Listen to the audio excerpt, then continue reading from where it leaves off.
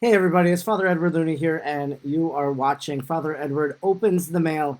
This is a little segment that I do on social media when I get something in the mail, because a lot of times publishers will send me books, and I've gotten some books. I don't know if I've shared them online. I think I have. So, for example, a few weeks ago, I got this book, Stumbling into Grace. And I think I did talk about that on the last Father Edward Opens the Mail. And so I just think it's a nice little thing to uh, open some of these Catholic packages that I get and to share the content with you.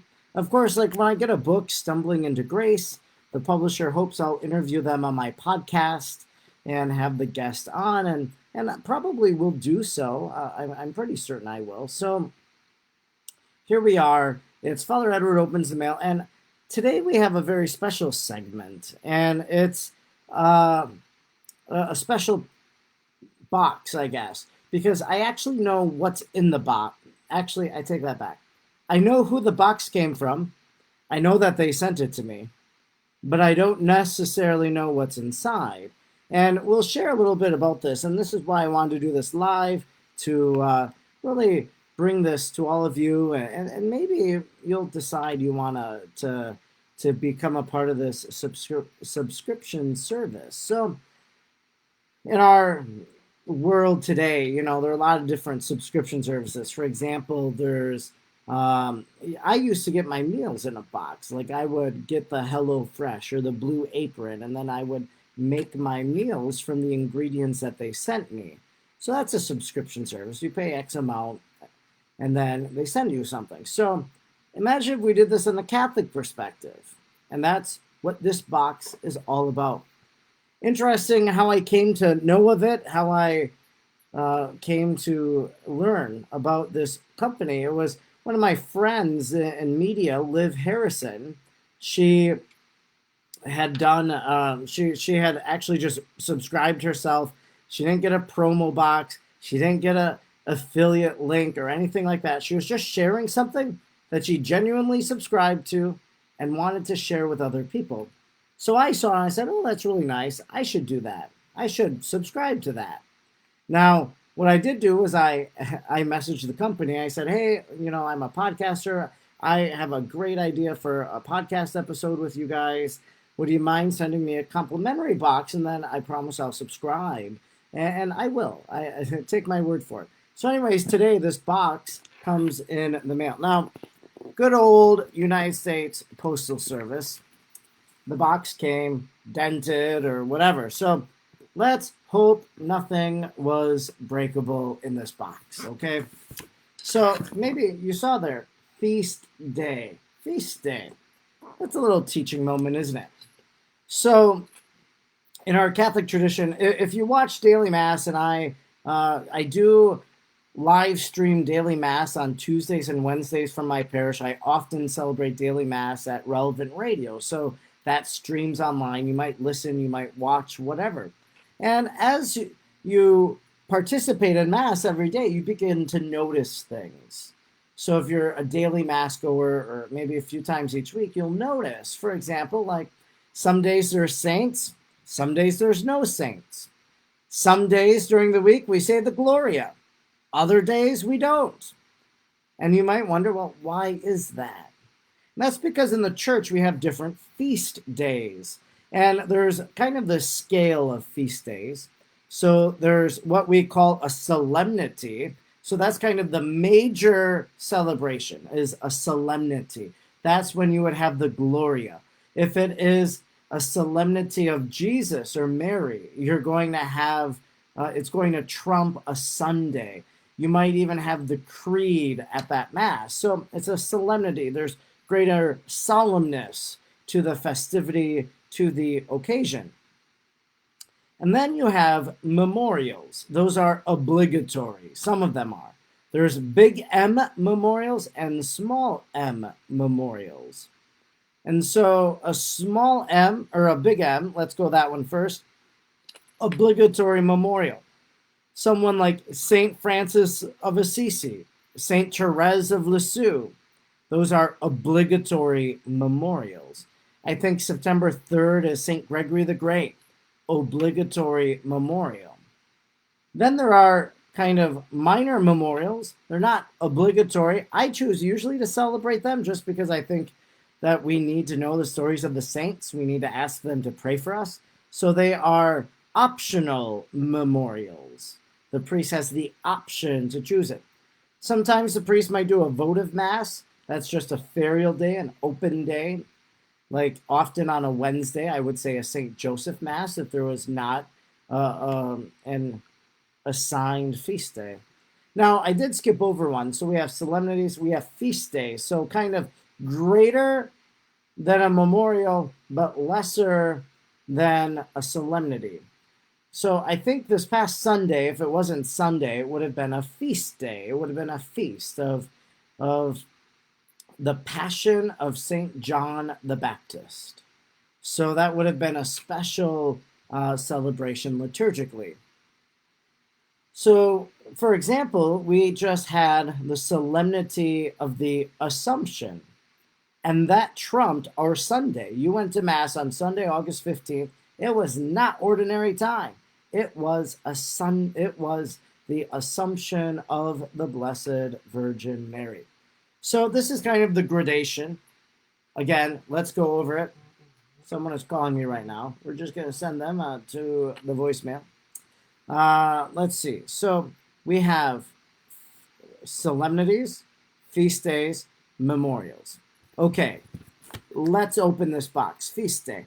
Maybe you can already kind of guess what is going on. Basically, this box is going to help me celebrate some of next month's feast days. Well, look at this. Comes in a nice little sack. Feast day. Maybe it's because it's my first box. Maybe they always come with these little sacks. So that's kind of fun. So you know, if you live in a monastery or something, you know, if you were a nun or a monk, you would be living liturgically, very much so. So how do we do this when we live in the world? How do we do this ordinarily? And so the people at the feast day boxes are putting together 3 feast days or 3 memorials each month that they're going to promote and encourage you to celebrate. Now, interestingly, when I reached out to them, I said, let's talk about how we celebrate Mary's birthday. They're like, well, that's actually not one of our September feast days. And I get it. There are 30 days, 31 days in a month. And so you can only pick so many to choose from. But they're going to help us maybe celebrate different saints that we normally wouldn't celebrate. So I have my little sack here. I don't know what to do first, actually. Maybe, okay, there's a little instruction here. Feast day, September 2021. It's a little brochure. They're going to help me celebrate St. Gregory the Great, September 3rd. Tells me a little bit about St. Gregory the Great. Prayer of St. Gregory the Great as well. So I can pray a prayer invoking the intercession of St. Gregory. The next one, September 19th, St. Januarius. And then September 29th, St. Michael. Right now we are in St. Michael's Lent. And then, you can build your own bundle or something like that for, Oktoberfest, I guess. So, okay, what else is in this little bag? So they tell me these are the 3 saints we're going to be celebrating. I have a little prayer card, pro-life prayer to Our Sorrowful Mother. That's another feast day in the month. September 15th is the feast of Our Lady of Sorrows. I got some cherry streusel cake. Maybe they must tell me where or what feast day I need to use this on. So I got cherry streusel cake in my box. So I'm going to celebrate the feast day by making this now. I'm going to say there must be a reason why they want me to make cherry streusel cake. I also have some shortbread and blackberry jam here. Again, we're going to look it up, see what it's all about. And then they've sent me a pizza kit. So these are the 3 items here in the feast day box. Oh, there's a few more. of course, St. Michael. They've sent me St. Michael the Archangel, a little statue of him, which is very nice. So let's find out exactly why they sent each of these things. Oh, so let's. I'm going to read each one. Here's the little descriptors. Legend has it that on the feast of St. Mark, Pope St. Gregory the Great became overwhelmed with a craving for cherries. A servant wandering through the garden was visited by St. Mark, who blessed him with one cherry tree to produce early. The cherries were taken to St. Gregory, and a tradition continues of popes enjoying a bowl of cherries on the feast of St. Mark. However, those who live liturgically enjoy those last cherries of summer on the feast of St. Gregory the Great. So September 3rd, I'm going to be making the cherry streusel cake. That's just in a few days that I'll be able to celebrate Saint Gregory the Great. Saint Januarius. Saint Januarius is interesting. Maybe it tells us in here, but maybe Italian saint. I'm sure it'll tell us. But Saint Januarius, his blood liquefies on his feast day, and a few other times each year. So that's interesting. Maybe it tells us. Saint Januarius, or San Gennaro, is the patron saint of Naples and is very popular among Italians. Like Saint Joseph and Our Lady of Mount Carmel, Saint Gennaro is honored with festivals of many Italian parishes and is traditionally celebrated with pizza. Obviously, that's why we have a homemade pizza kit right here. St. Januarius is noted for a unique miracle that reoccurs every year. His dried blood liquefies on his feast day, the first Saturday of May and December 16th, and on his feast day, also on the anniversary of the 1631 eruption of Mount Vesuvius. Only during times of turmoil does his blood fail to liquefy. Interesting. So pizza for St. Januarius, that's September 19th. And then St. Michael. On the modern calendar, September 29th is the Feast of the Archangels. However, the traditions stem from the time when the feast belonged solely to St. Michael and was known as Michaelmas. In most parts of Europe, the Feast of St. Michael is celebrated with goose. Blackberry preserves and desserts are also traditional. A story is told that after being thrown from heaven, Satan fell on a blackberry bush and spit on it in anger. Therefore, any blackberries picked after the feast of St. Michael will be bitter. How interesting. So they're able to incorporate some of these great legends now, and some of the great aspects of our faith. Things that, honestly, I knew about liquefying blood. I didn't know about cherries on St. Gregory the Great Day. I didn't know about pizza on St. Gennaro or St. Gennarius. I did not know about blackberries associated with St. Michael. So here it is. I learned a little something, and now I'm going to be able to celebrate these feast days because of this company that put together the feast day box. And don't forget our little prayer to our sorrowful mother. We'll put that back in. So what a beautiful way to celebrate a feast day. And in this little sack came all my ingredients in that little box that we opened here today on Father Edward Opens the Mail. If you want to learn more about the Feast Day company, it's feastday.co. I don't have any affiliate link. I'm just sharing this because I really think it's fun to be able to live our Catholic faith. We go to Mass on Sundays, but we can do so much more. We can do more than just Sunday Mass. We can celebrate the saints.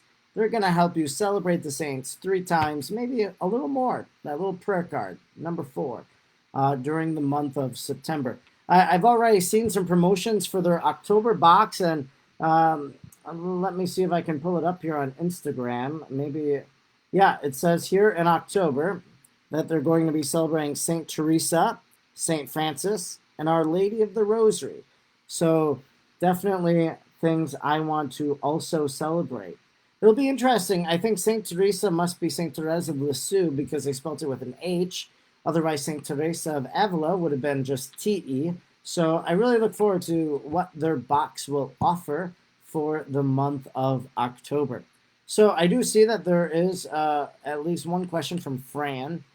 Father, is there a calendar indicating this? And I saw when that question came in. It came in during the distinction of solemnity and memorial and feast day. So actually, here's an interesting thing. A lot of churches give out free calendars, and those calendars, I think, typically will have SMF. So that's one way. For me as a priest, there's a book called the Ordo, and the Ordo tells me if it's a memorial or a solemnity or a feast day. If you pray the liturgy of the hours, and that was kind of a fun little Instagram post from Feast Day Boxes yesterday. How to reignite the spirit. How do I make it not so bright? Okay, it's on a white background, not working with the camera. Pray the liturgy of the hours, enjoy meals with family, live liturgically, start a new hobby, offer your suffering. But when you pray the liturgy of the hours, for example, this prayer of the church, priests and deacons and so forth pray, there's, again, it'll say memorial, it'll say solemnity, it'll say optional memorial. So that's kind of what we know about how the distinction of these feast days. What else? So I think I put a few other things here in that I was going to do. Let's see. Well, let's see what's coming up this week. Tomorrow, or wait, no, Wednesday, we have Cup of St. Joe. Cup of St. Joe comes out on Wednesday. This week, I'm interviewing a guy named John Edwards. He talks about being just a guy in the pew. That's the name of his podcast. That's the name of his ministry. So really has an incredible conversion story. How he lived and now how God calls him to live. Very interesting. Hopefully you'll check out Cup of St. Joe. This week I'm working on a new book. So I am, of course, I'm not going to finish it in a week. I don't know why I said this week. I'm working on a new book for the next several weeks. But I just can see in my calendar evening spots where I can actually work on the book, and I'm very excited. Tonight I'm actually hunkering down. I'm going to write one of those chapters. I'm even maybe going to be ambitious and try to write two. We'll see. I know that one chapter is already partially written, so I just have to write kind of the substance. The introduction of the chapter is done. So that's another thing I'm working on a new book. I have a lot of projects, and I need to finish this book so then I can move on to the next project. So it's kind of like moving from project to project.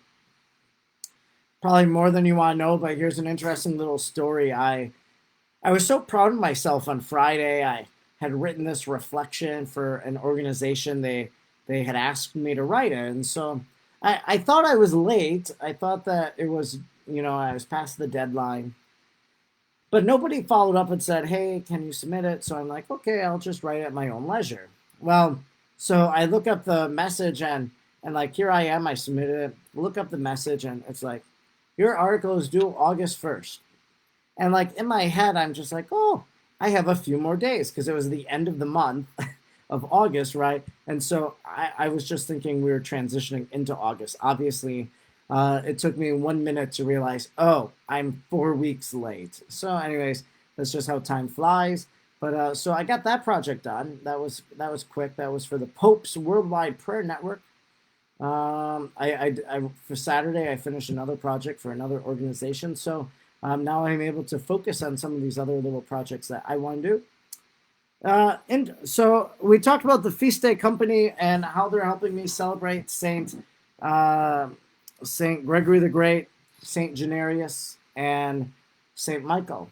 And next week on my podcast, How They Love Mary, only available as an audio podcast, I will be speaking with them. So I have an interview scheduled, a chat with them scheduled this week so that I can put that out next week.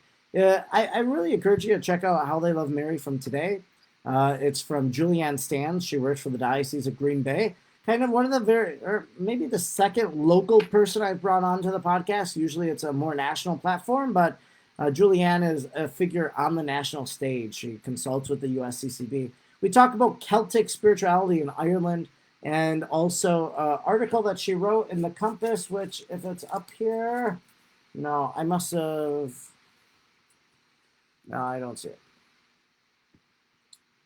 Usually I clipped out, she wrote a column in the Compass a few months ago, back in May, and I clipped it out and said I always wanted to have her on the podcast, and so we talked about that episode. So anyways, that's what's going on. If you are looking for something fun to do, please join us for the Brussels Kermis, the Belgian Kermis Festival, September 5th, Labor Day weekend, Sunday of Labor Day weekend. We'll have an outdoor mass at the town park. We will have food. We will have raffles. We'll have fun activities. Lots going on. There will be a live auction going on as well. There will be live music. So truly an event that if you're in the area, you won't want to miss. The Belgian Kermis Festival in the park down in downtown Brussels, which is at the center of town, really. So anyways, that's Father Edward Opens the Mail. Wanted to share with you today about feast day boxes, and feastday.co, feastday.co is where you can learn more. And I know I'm going to be subscribing so I can celebrate the next few months with that organization. Thanks so much for tuning in to Father Edward Opens the Mail. Until another package comes in the mail, I'll see you then. And join me every day as we pray the rosary, as we continue to bring content on this page. God bless.